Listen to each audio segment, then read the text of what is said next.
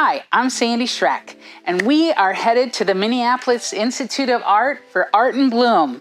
It's the 40th year anniversary of Art in Bloom, and we're happy to participate.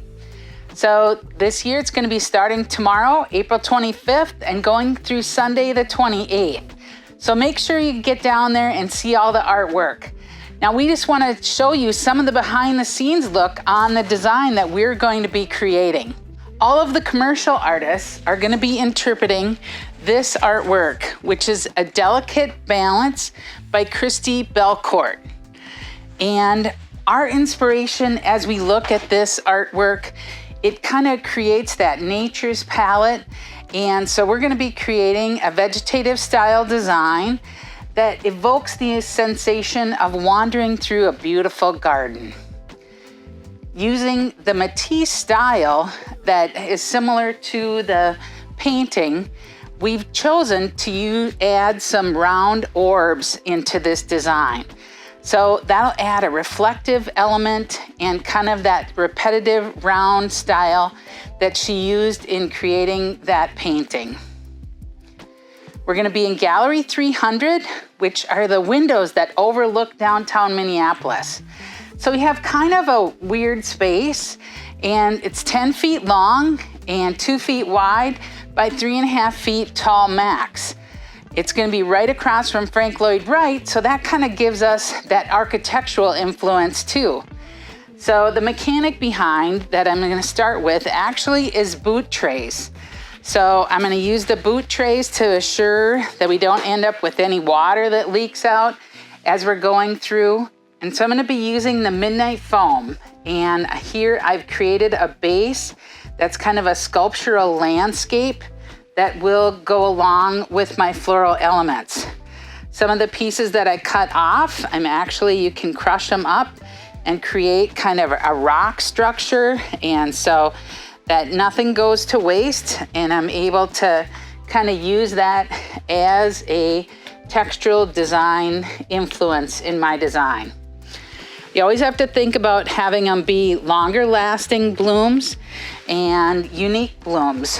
The base of it's going to be more of a pavéd design, and then have some sculptural blooms in that kind of imitate that artist piece. So like the pincushion protea, we've got another type of protea.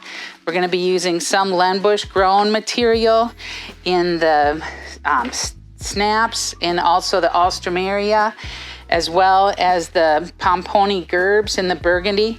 But you can see we've developed kind of the tones in the burgundies and oranges. So let's take a look at creating this.